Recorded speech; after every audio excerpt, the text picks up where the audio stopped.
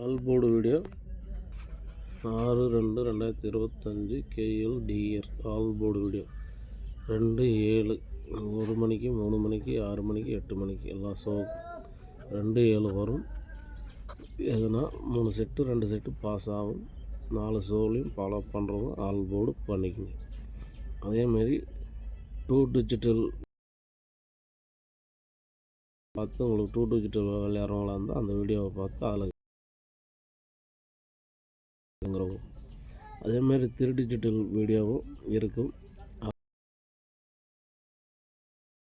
அதை எடுத்து ப்ளே பண்ணிக்கலாம்.